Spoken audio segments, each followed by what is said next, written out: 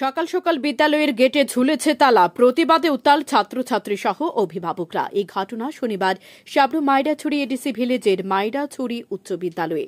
ঘটনার সূত্রপাত বিজ্ঞান শিক্ষক বদলিকে কেন্দ্র করে।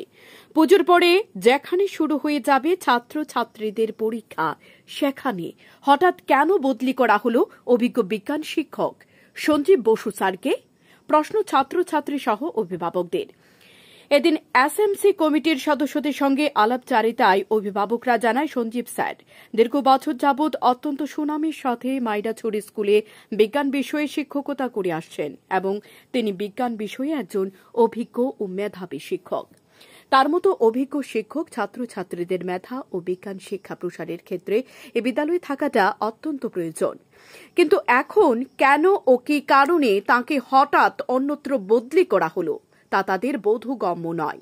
অভিভাবকদের একটাই দাবি, সঞ্জীব স্যারকে বদলি করা যাবে না, স্যারের বদলির আদেশ স্থগিত করা হোক। ছাত্রী ও অভিভাবকদের কঠোর প্রতিবাদের মুখে এদিন বিদ্যালয়ের এসএমসি কমিটির সদস্যরা বদলির বিষয়টি নিয়ে ঊর্ধ্বতন মহলের সঙ্গে আলোচনার আশ্বাস দেন। তবে উক্ত বদলির ঘটনায় সমগ্র মাইডাছড়ি এলাকার অভিভাবক সহ জনমনে প্রশ্ন উঠতে শুরু করেছে। এ বদলি কি সম্পূর্ণ শিক্ষা দপ্তরের নিয়মমাফিক নাকি এর পেছনে রয়েছে অন্য কোনো রহস্য? সবার প্রিয় সঞ্জীব স্যার কি আবার মাইডাছড়ি স্কুলে তার প্রিয় ছাত্রছাত্রীদের পাঠদান করতে পারবে, নাকি রহস্যজনিত কারণে তাকে অন্যত্র যেতে হবে? সেটাই এখন দেখার বিষয়। সময় ত্রিপুরা। মানে কি কারণে সমস্যা কি? আসলে কারণটা হলো আমাদের যে দেখার মতো এখানে আমাদের মাইডাছড়ি হাই স্কুলের মধ্যে 22 টিচার আছে 2 জন। এর মধ্যে যেহেতু আমার শোনার মতে খবরে সঞ্জীব বসু উনি একজন অনেক অভিজ্ঞ শিক্ষক, এর মধ্যে আরেকজন আছে স্যার বিশ্বজিৎ ছিল। এর মধ্যে দুজনের মধ্যে স্যার সঞ্জীব বসুর ট্রান্সফার অর্ডার হয়ে গেছে অলরেডি, আগামী 30 তারিখে রিলিজ করা হবে, এতটুকু খবর। তাহলে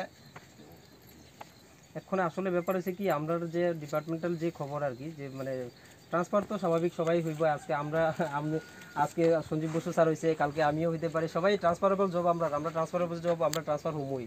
তো এই লেগে এখন আপনারা স্বাভাবিক আপনারা চেষ্টা করবেন যে সায়েন্সের টিচার একজন আনার লেগে দিব, এবং ডিপার্টমেন্ট আপনারা যেটুকু কইছে যে পূজার পরে আমাদের একটা রিলিভার দিয়ে দিব। তো সুতরাং যদি পূজার পরে রিলিভার দিয়ে দেয় তাহলে তো আর কোনো সমস্যা থাকতো না। তাই এখন আপাতত আমরা স্কুল খুলতে যাই না। অ্যাকচুয়ালি এটা এখন সায়েন্স টিচার নিয়ে আবার সোশ্যাল স্টাডি সাবজেক্ট টিচার আনলে তো এটা এখানে স্কুল হ্যাম্পার হয়ে যাবে। তো অ্যাকচুয়ালি এখানে দরকার সায়েন্সের টিচার আরও বেশি। তো যেখানে 2 জন টিচার ওখানে আর একজন নিয়ে আবার social study subject teacher already এখানে সাফিসিয়েন্ট আছে। তো আমরা দরকার সায়েন্স টিচার। তো সুতরাং আমরা সঞ্জীব স্যারকে আমরা কোনো মুহূর্তে ছাড়তে দেব না।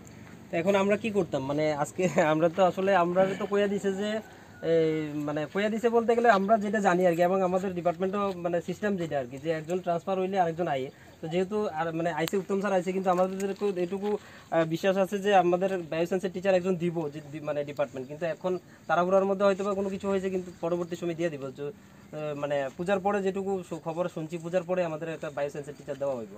তো যদি দেওয়া হয় তাহলে তো আর আশা করি এর প্রবলেম থাকতো না, আমাদের খুলতে দেন স্কুল। না, অ্যাকচুয়ালি এটা এখন কয়েকদিন পরে এক্সাম শুরু হয়ে যাবে।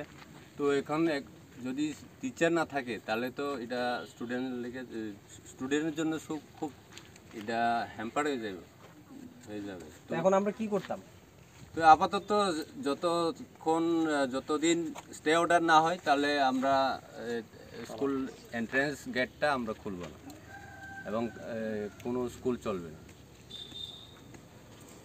আচ্ছা ঠিক আছে, আমি আমাদের ডিপার্টমেন্টের লোকের সঙ্গে ডিপার্টমেন্টের স্যারের সঙ্গে কথা জিজ্ঞেস করি, কইতাছি আমি তাদের সঙ্গে কথা। কেমন? আশিস আরডি একাডেমি নামের নতুন ডান্স স্কুল উদ্বোধন হলো সোনামুড়ায়। এখানে Bollywood, hip hop, lyrical hip hop, folk dance থেকে শুরু করে আরো বিভিন্ন ধরনের নৃত্য শেখানো হয়। স্থান সোনামুড়া নগর পঞ্চায়েত সংলগ্ন। নাচ শিখতে ইচ্ছুক ব্যক্তিরা যোগাযোগ করুন এই নম্বরে 8837028805। নাচ প্রশিক্ষণের পর সার্টিফিকেটও প্রদান করা হয়।